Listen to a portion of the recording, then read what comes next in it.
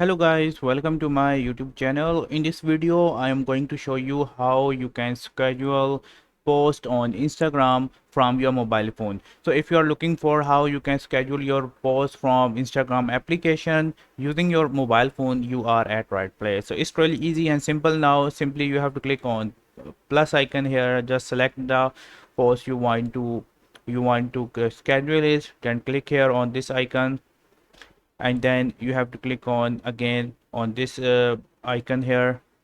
Then you have to go down, and here you will see this option advanced settings. Simply click here on advanced setting, and here you will see this option schedule this post. Simply you have to click here, and then you have to select the time you want to schedule your post.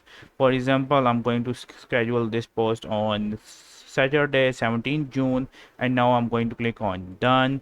Here, as you can see, you can see your time here according to your time zone. So in this way you can schedule your post on Instagram. You can also schedule your reels here as well. Simply click on reel you want to schedule. For example, I'm going to schedule this reel here.